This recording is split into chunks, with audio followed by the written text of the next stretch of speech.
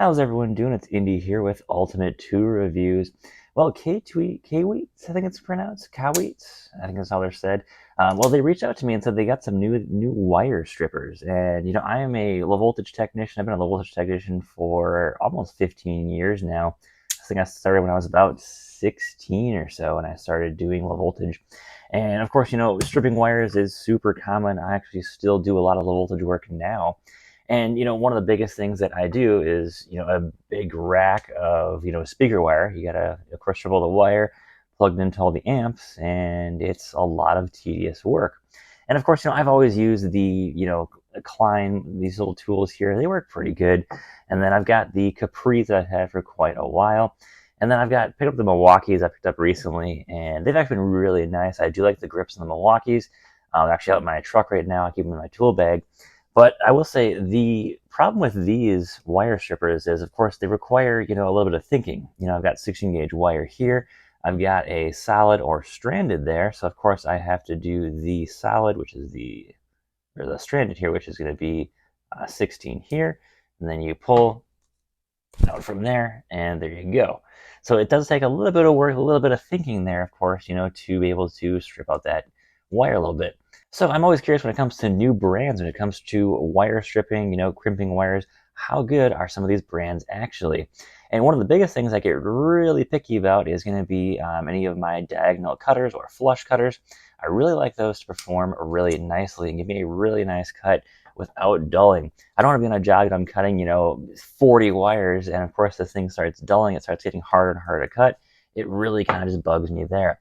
But check this out. They sent me this. I've seen these before. I've never really tried them out. I don't know how well these things would work, but I have tried this out pretty recently, and it is absolutely painless. I mean, look at this. So what you do is you put it in those jaws here. Now the jaws on my left are going to be the side that I'm going to, of course, be still holding on to, and on the right side there, it's going to strip out that jacket from the wire there. So I can choose how much I want to be stripped out of that wire there. So I want about that much there to give me a nice terminal there for putting that wire on, and then I can go from there and just pull it right off, and check that out. That is absolutely painless right there. I don't have to think about which size hole to put that into. It really didn't require any extra effort on my part, to pull that wire through and pull that jacket off. You can also do it really easily if you want even less, because it'll pull it off automatically, like just like that. And there we go. So this thing is just absolutely effortless. It's just so easy to use for stripping out a ton of wires really, really quick. And of course, it's self-adjusting there from 1 to 24. That is going to be your gauge of wire there. And then this is your little adjustment here. You want that piece of wire to basically hit that right side there and stop. That's what helps you get that really nice wire stripping there. So this is how far you want it to go in, or how much wire you want it to strip off. So I want about a ½ inch of that jacket to be, and then of course it can pull that jacket off really nicely for you. So that is actually really awesome how that works.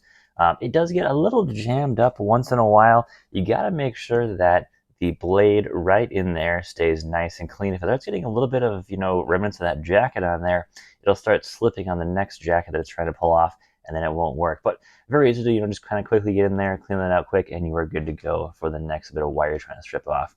Also on this tool, we do have a nice little wire cutter here. It works okay. It's not the best. It's one of those things. It's like a secondary afterthought of a tool there. It just, it's not going to give you a nice flush cut. You've got to, pull on it pretty good there. And of course, you've got some crimpers in here, which of course, are just another afterthought there. But overall, this thing works actually pretty nicely. And if you've seen me using, of course, the diagonal cutters as well, it does have some of the wire stripping in here as well too. And I would assume this works about the same as all of the other tools I've got. Let's see here. Let's find 16 gauge and give this a shot. Yep, works just the same. No big deal there. So, these are actually pretty great tools for the money. If I was just starting out, doing low voltage work, you're doing, a lot of the same wire, stripping over and over and over and over again. This is actually a pretty decent tool to do that pretty quickly. This is definitely going to be my go-to wire stripper for, if I got to do a whole rack full of wires, I got to strip out all the speaker wire, plug into amps. This is actually going to be my go-to wire strippers here. Even though if it's not, it's not 100% perfect every single time, so you gotta make sure you keep those little blades clear. Even then, though, it's still a lot less thinking than doing one of these over and over and over again. And these get annoying after a while. After you, of course, you are trying to strip off the wire, you got to make sure you memorize. Okay, yeah, it's gonna go right here. And sometimes after a while, you get a little lazy and you hit the wrong hole, and then it starts hitting too much wire off your wire. So you gotta then redo it. It's never fun there. Of course, guys, I get a little picky about this stuff. These work just fine, of course, but if there's something easier out there, that's 20, $30, it's definitely worth checking out. And this is definitely what we have going on here with this. The Kaiweets is definitely a pretty cool little tool. I know other brands do make styles similar to this, but it's honestly not a bad deal for the price. And this little diagonal cutter is actually, I'm quite surprised with this thing because it actually is a flush cutters. You can see on the back side here that it does flush cut right there, which is pretty cool. I always prefer the flush cutters actually, just because they can give me a nice flush cut. If I'm trying to get something up close or really tight to something, I can really cut that really nicely. And the leverage on this tool is actually not bad. The grips are actually about where I want them to be. Whereas you have grips like these, and they're a little thin. I see my hand is not all the way closed there, and it's not all the way open there either too.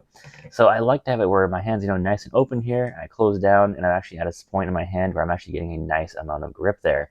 So I do like the design of these grips a lot better than some of the other grips that I've tried, from Capri and Klein tools.